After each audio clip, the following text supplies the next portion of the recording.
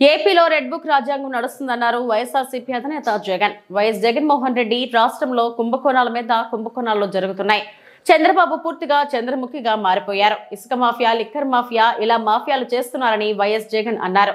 ఇలాంటి సమయంలోనే మనం గొంతు విప్పాలని పార్టీ నేతలకు దిశానిర్దేశం చేశారు. నాయకులుగా ఎదగడానికి ఇదొక అవకాశమని వైఎస్ జగన్ చెప్పుకొచ్చారు. ఉమ్మడి అనంతపురం జిల్లా నేతలతో వైఎస్ జగన్ భేటీ అయ్యారు.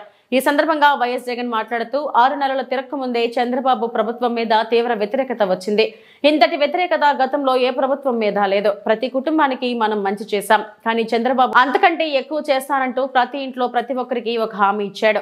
మనం కూడా అలాంటి హామీలు ఇద్దామని చాలా మంది నాతో అన్నారు. గడిచిన 5 ఏళ్లలో చరిత్రలో ఎప్పుడు చూడని మార్పులు మనం తీసుకొచ్చాం.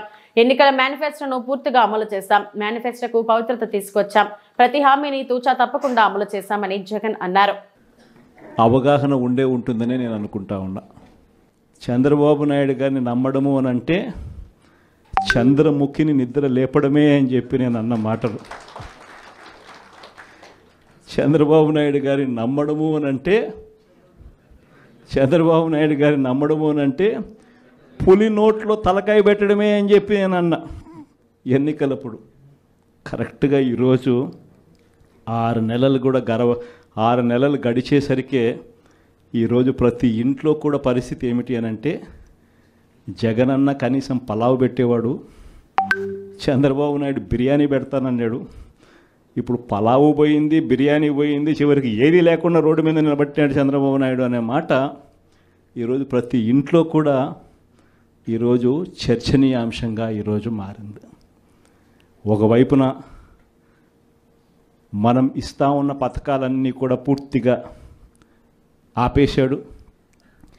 మరోవైపున ఆయన ఇస్తానన్న సూపర్ 6లు, సూపర్ 7లు గాలికి ఎగిరిపోయినాయి. మరోవైపున ఇవన్నీ ఒకవైపున ఉంటే, మరోవైపున 6 నెలలు కూడా తిరక్క మునిపే బాధుడే బాధుడు. కరెంటు బిల్లులు ముట్టుకుంటే చాలు షాక్ కొట్టే పరిస్థితులకి ఈరోజు తయారైనాయి. 15,000 కోట్ల రూపాయలు 6 నెలలు తిరక్క తరికే 15,000 కోట్ల రూపాయలు ప్రజల నెత్తిన కరెంటు బిల్లులు షాకుల రూపంలో వేయగలిగిన పాలకుడు ఎవడైనా ఉన్నాడు అని అంటే అది నిజంగా ఒక చంద్రబాబు నాయుడు మాత్రమే ఇలాంటి దుర్మార్గాలు చేయగలుగుతాడు. మూడో వ్యక్తి ఎవడు చేయలేని పరిస్థితి. ఆ లెవెల్లో బాధుడే బాధుడు.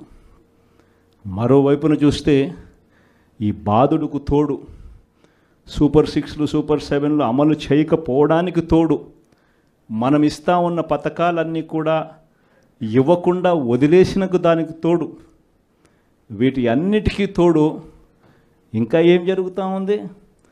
చంద్రబాబు నాయుడిని ఎవరైనా ప్రశ్నిస్తే చాలు